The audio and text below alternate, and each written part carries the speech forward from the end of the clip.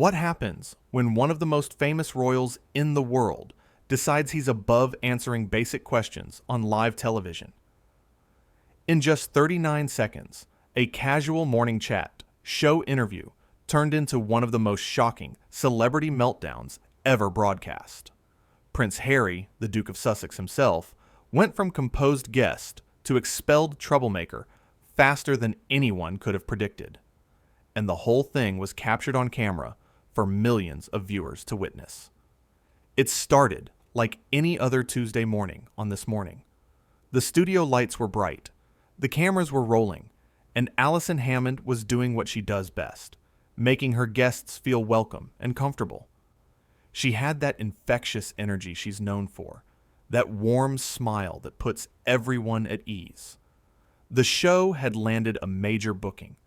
Prince Harry was stopping by to discuss his latest charitable initiative, something about mental health awareness for young people. It seemed straightforward enough. A feel-good segment to brighten everyone's morning. Allison greeted him with genuine enthusiasm, practically bouncing in her seat as he walked onto the set. "Welcome, welcome. Oh, it's so lovely to have you here," she said, gesturing for him to take his seat on the bright orange sofa that's become iconic to the show. Harry smiled, gave a little wave to the audience, and settled in. Everything seemed perfectly normal, cordial, professional. "So," Allison began, leaning forward with interest, "tell us about this wonderful new project you're working on. Mental health is such an important topic, especially for our young viewers at home." Harry nodded, launching into what sounded like a well-rehearsed pitch. He talked about awareness, about breaking down stigmas, about creating safe spaces for vulnerable youth. Allison listened intently, nodding along, asking follow-up questions that any good host would ask.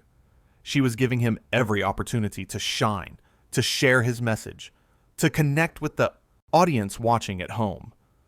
But then she asked something completely reasonable, something that any journalist worth their salt would ask. "That's wonderful," she said, her tone still light and friendly. "And how do you personally relate to these struggles? What made you so passionate about this particular cause?" The shift in Harry's demeanor was immediate. His jaw tightened. His shoulders went rigid. "Well, I think that's fairly obvious, isn't it?" he said, his voice taking on an edge that hadn't been there moments before. "Given everything that's been public about my life, about my family, I would think the answer is self-evident." Allison, bless her, tried to smooth it over with her signature warmth. Of course. I just thought our viewers might appreciate hearing it in your own words, hearing your perspective directly." "My perspective has been shared extensively," Harry replied, each word clipped and deliberate. Perhaps if people actually paid attention, instead of constantly asking the same repetitive questions, we wouldn't need to keep having these conversations. You could see Allison's smile falter just slightly, but being the professional she is, she pushed forward. "Right. Well, let's talk about the practical side of things then. How does this initiative actually work? What can people do to get involved?" Harry sighed, like he was being subjected to some unbearable interrogation, rather than a friendly morning chat show interview. "It's all on the website," he said dismissively. "All the information is readily available for anyone who cares to look." "Sure, but we have viewers watching right now who might want to hear about it from you directly," Allison countered, still maintaining her composure, still trying to make this work. "You're here to talk about it after all." "Am I?" Harry shot back. "Because it feels more like I'm here to be put on trial for simply existing." The studio audience was dead silent. You could practically hear the crew members shifting uncomfortably behind the cameras. This was going sideways fast, and everyone knew it. But Allison, to her credit, didn't back down. She didn't get defensive. She simply tried to redirect. "Nobody's putting you on trial," she said gently but firmly. "We're just having a conversation. That's what we do here. We talk to interesting people about interesting things. You're doing important work, and we want to help you share that with our audience." Harry leaned back in his seat, crossing his arms. Important work that apparently nobody understands or appreciates properly. I think people do appreciate it, Allison replied. That's why we invited you here. That's why people tune in. They want to hear from you. They want to gawk, Harry said, his voice rising slightly. They want drama.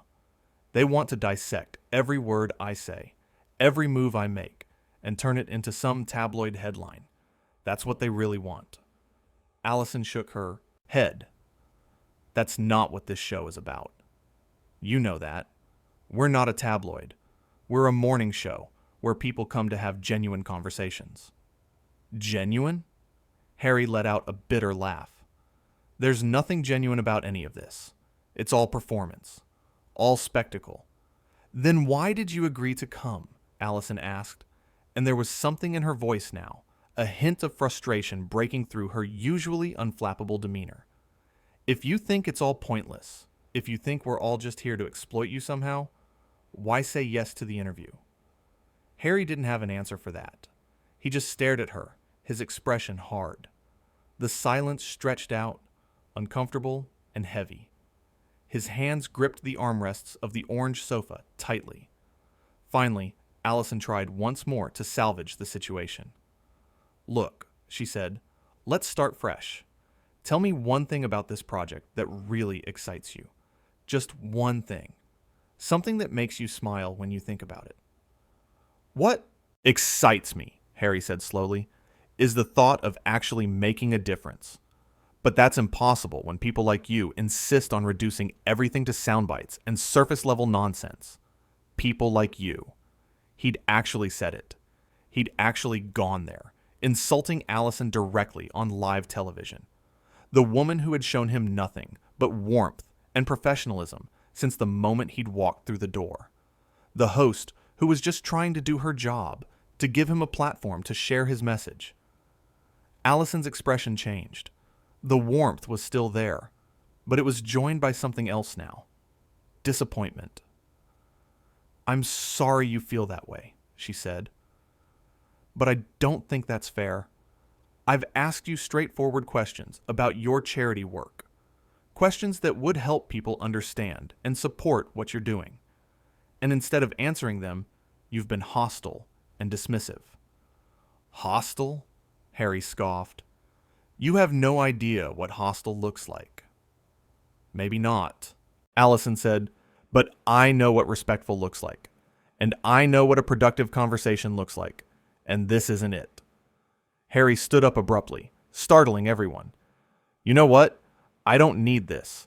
I don't need to sit here and be lectured by someone who clearly doesn't understand the first thing about what I've been through, about the pressure I face every single day. Allison remained seated, looking up at him calmly. You're absolutely right. I don't know what it's like to be you, but that's exactly why I was asking you questions. To understand, to give you the chance to explain, and you've refused at every turn. Because it's exhausting, Harry practically shouted. It's exhausting having to explain myself constantly, having to justify my existence, my choices, my feelings. Do you know what that's like? To never get a moment's peace? Then maybe a live morning show wasn't the best choice, Allison said quietly.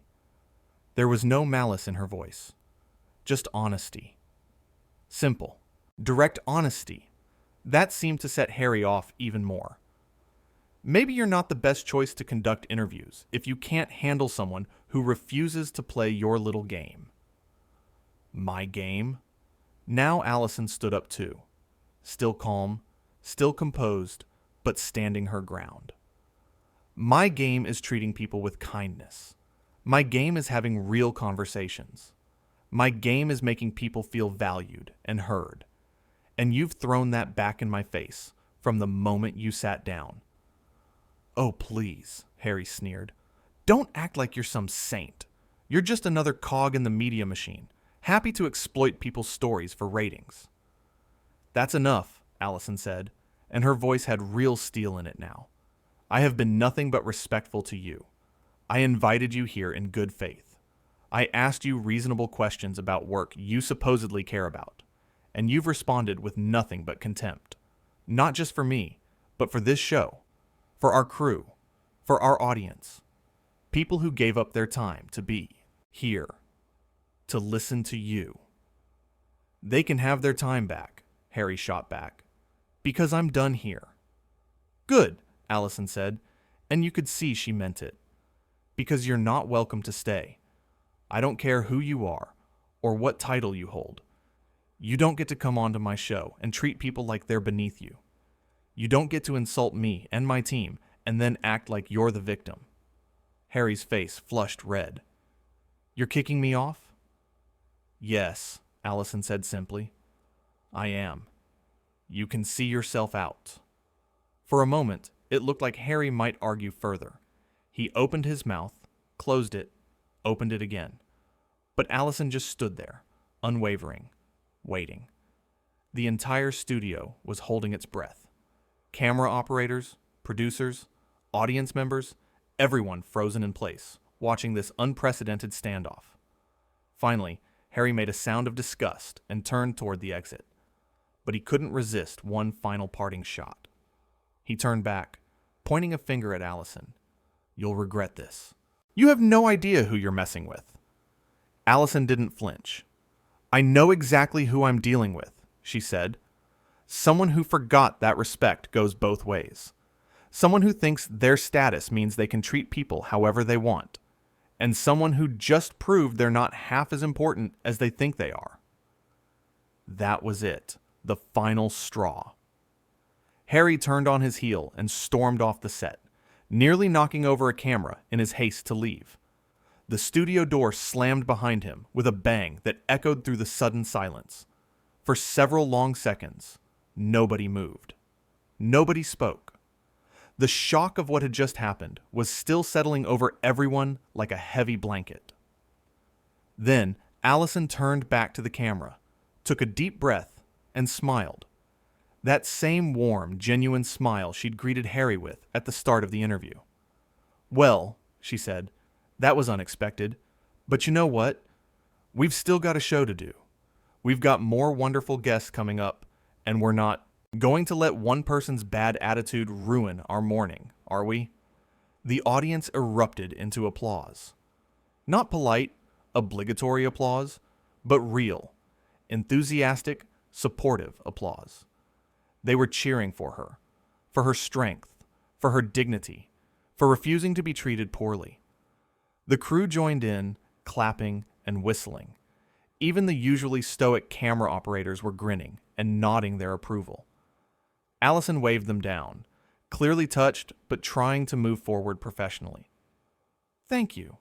But really, let's just carry on, shall we? Because that's what we do. We keep going. We keep spreading positivity and joy, no matter what anyone throws at us. She sat back down on the orange sofa, smoothing her dress and checking her notes for the next segment. Right then, she said, looking directly into the camera with that infectious warmth that had made her a beloved fixture of British television. Up next, we've got a lovely segment about rescue dogs, and I promise you, they'll be much better behaved than our last guest. The audience laughed, grateful for the levity after such intense tension. And just like that, the show moved on. But what had just happened would be replayed, discussed, and analyzed for days to come. Not because of Harry's tantrum, but because of how Allison had handled it. With grace, with firmness, with unwavering professionalism. She hadn't groveled, hadn't apologized for doing her job, hadn't treated him with kid gloves just because of who he was. She'd given him every chance to be decent, to engage meaningfully, to share his message. And when he'd repeatedly thrown that opportunity away, when he'd crossed the line from difficult guest to outright disrespectful, she'd done what needed to be done. Behind the scenes, producers were scrambling. This wasn't in the script. This wasn't how these things were supposed to go. Major royal figures didn't get kicked off daytime television. It just didn't happen. But it had happened. And they had it all on tape. The rest of the show continued smoothly. Allison interviewed her other guests with her usual charm and enthusiasm. She talked about rescue dogs with genuine delight. She laughed at a comedian's jokes. She cooked a simple pasta dish with a celebrity chef, joking about her lack of culinary skills. To anyone tuning in late, you'd never know that anything unusual had happened at all. But social media was already exploding. Clips of the confrontation were being shared thousands of times per minute. People were taking sides, offering their opinions, creating memes. The hashtag started trending within minutes. But what was interesting, what really stood out, was how overwhelmingly people supported Allison. Comments poured in praising her for standing her ground, for not tolerating disrespectful behavior regardless of who it came from, for showing that kindness doesn't mean being a doormat. She'd done something that resonated with people, something that felt important in a way that went beyond mere entertainment. Throughout the rest of the show, you could see Allison was still processing what had happened. During commercial breaks, crew members would come over to check on her, to offer support. She'd smile and thank them, insisting she was fine. And she was fine. She hadn't done anything wrong. She'd simply refused to be treated badly. And there's power in that. When the show finally wrapped, when the cameras stopped rolling and the studio lights dimmed, Allison sat for a moment in silence on that orange sofa. The adrenaline was wearing off, the reality of what had transpired settling in. She'd just kicked a prince off her show. An actual prince. It was surreal, but she didn't regret it. Not for a second, because the alternative would have been to sit there and take it, to smile and nod while being insulted, to prioritize his comfort over her own dignity. And that wasn't who she was. That wasn't what she stood for. A producer approached, her cautiously. "That was incredible," they said. "The way you handled that. I've never seen anything like it." Allison shrugged. "I just treated him like I'd treat anyone else, with respect until he made it clear he didn't deserve it, then with honesty. That's all." "But he's a person," Allison interrupted gently. "Just a person. And people don't get to be cruel just because they're famous, or important, or royal, or whatever. We're all just people trying to get through the day. And we should be kind to each other. It's really that simple." The producer nodded, clearly moved by her perspective. "You're absolutely right." "I know I am," Allison said with a little smile. "Now, I think I need a very large cup of tea and maybe a biscuit or 5. That was more excitement than I usually get in a week." She stood up, stretched, and walked off the set with her head held high. No drama, no theatrics, just a woman who'd done her job with integrity and refused to compromise her values. For anyone, even a prince. What happened in that studio became more than just a viral moment. It became a conversation starter about respect, about entitlement, about how we treat people regardless of their status, about the importance of maintaining boundaries and standing up for yourself. Allison Hammond didn't set out to make a statement. She just set out to host a good show, to have meaningful conversations, to spread a little joy on a Tuesday morning. But when pushed, when disrespected, she showed everyone watching exactly what strength looks like.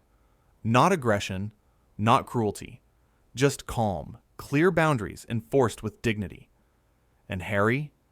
He'd walked in thinking he was doing the show a favor by appearing. He'd walked in with an attitude that suggested he was above it all, above the questions, above the basic courtesy of civil conversation. He'd treated Allison like an annoyance rather than a professional doing her job. And he'd paid the price for that arrogance. In 39 seconds of heated exchange, he'd gone from guest to persona non grata. He'd shown everyone watching what entitlement looks like when it's unchecked. What happens when someone believes their status exempts them from basic human decency? And he'd learned, in the most public way possible, that actions have consequences. The interview that was supposed to be about mental health awareness and charitable work became instead a lesson in respect. A demonstration that no amount of fame or royal blood gives anyone the right to treat others poorly. That kindness should be met with kindness, and hostility will eventually be met with boundaries. Allison didn't humiliate him. She didn't yell or insult him back. She simply held up a mirror and made him face his own behavior. And when he continued to behave unacceptably, she showed him the door. It was the most powerful thing she could have done. The whole incident lasted less than 15 minutes from start to finish. 15 minutes that felt like an eternity to everyone in that studio. 15 minutes that would be replayed and discussed for much longer. But in those 15 minutes, Allison Hammond reminded everyone watching that respect isn't optional, that basic human decency isn't negotiable, and that standing up for yourself isn't rude. It's necessary. She had drawn a line in the sand. She could have let it slide, could have awkwardly laughed it off, could have finished the interview through gritted teeth and complained about it later in private. That's what most people would have done. That's what would have been expected. But Allison chose a different path. She chose honesty. She chose dignity. She chose to enforce her boundaries in real time. Consequences be damned. And the thing is, Harry had every opportunity to course correct, every chance to realize he was being unreasonable and adjust his attitude. Allison gave him multiple outs, multiple chances to reset and engage properly. She wasn't looking for a fight. She was looking for a conversation, but he couldn't or wouldn't meet her there. His responses got progressively more hostile, more dismissive, more openly contemptuous. It was like he was testing her, seeing how much he could get away with, seeing if his status would shield him from accountability. And when he learned it wouldn't, when he discovered that Allison valued respect over ratings, he couldn't handle it. The "people like you" comment was particularly telling. It revealed so much about how he viewed the situation. Allison wasn't a person to him in that moment. She was a category, a type, part of some monolithic media entity he decided to wage war against. He couldn't see her as an individual human being trying to do her job well. And that dehumanization made it easy for him to be cruel. But Allison refused to be reduced to a category. She responded as a whole person with feelings and boundaries and self-respect. She didn't accept his framework where she was just another faceless media drone. She asserted her humanity and demanded he recognize it. And when he wouldn't, when he doubled down on his disrespect, she showed him the exit. The standing ovation she received wasn't just about that specific moment. It was about every time someone had been made to feel small by someone in power. Every time someone had been talked down to, or dismissed, or treated as less than. The audience wasn't just supporting Allison. They were celebrating the idea that you don't have to accept poor treatment from anyone, regardless of who they are. In the minutes after Harry left, you could see Allison's hands shaking slightly as she shuffled her papers. The adrenaline of confrontation, even justified confrontation, takes a physical toll, but her voice remained steady. Her smile remained genuine. She didn't let the viewers at home see her rattled. She gave them exactly what they'd tuned in for: positivity and warmth and good television. That's the mark of a true professional. Being able to handle the unexpected with grace. Being able to maintain composure when everything's going wrong. Being able to pivot and recover and carry on. Allison demonstrated all of that and more. She turned what could have been a disaster into a defining moment of her career. The rescue dog segment that followed was perfect in its timing. After all that human drama and conflict, there was something healing about watching puppies play and hearing stories of animals finding their forever homes. It was a reminder that goodness exists, that not everyone is difficult or hostile or entitled, that most interactions are pleasant and positive. Allison threw herself into that segment with genuine enthusiasm. You could see her physically relaxing as she cuddled a small terrier mix, laughing as it licked her face. This was why she did this job. Not for the confrontations or the viral moments, but for the connections, for the joy of sharing stories that matter, for making people smile. The little dog in her arms seemed to sense her need for comfort and snuggled closer,